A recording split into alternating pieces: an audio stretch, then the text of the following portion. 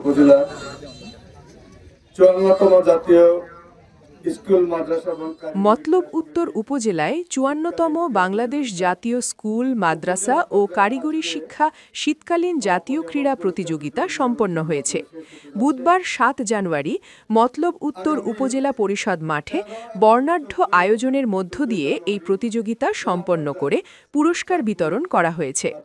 চাঁদপুর জেলা শিক্ষা অফিসার মোহাম্মদ রুহুল্লাহর সভাপতিত্বে ও উপজেলা মাধ্যমিক শিক্ষা অফিসের একাডেমিক সুপারভাইজার মোহাম্মদ সাইফুল ইসলামের সঞ্চালনায় পুরস্কার বিতরণ অনুষ্ঠানে প্রধান অতিথি হিসেবে বক্তব্য রাখেন মতলব উত্তর উপজেলা নির্বাহী অফিসার মাহমুদা কুলসুম মনি। শিক্ষার্থীরা বিভিন্ন খেলাধুলায় অংশগ্রহণ করবে।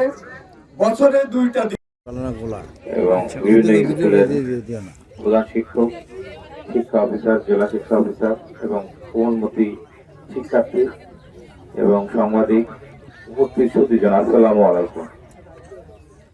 আসলে সুস্থ শরীর সুস্থ মন জাতি গঠনের জন্য খুবই দরকার।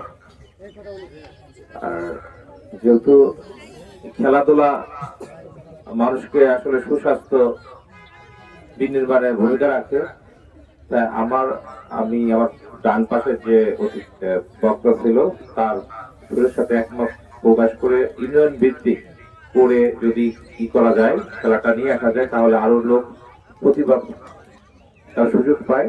সেই ক্ষেত্রে হয়, এরপরে উপজেলা, এরপরে জেলায়, এরপরে বিভাগ, এরপরে সারা দেশব্যাপী, যেটা হলে ভালো হয় আমার দৃষ্টিতে।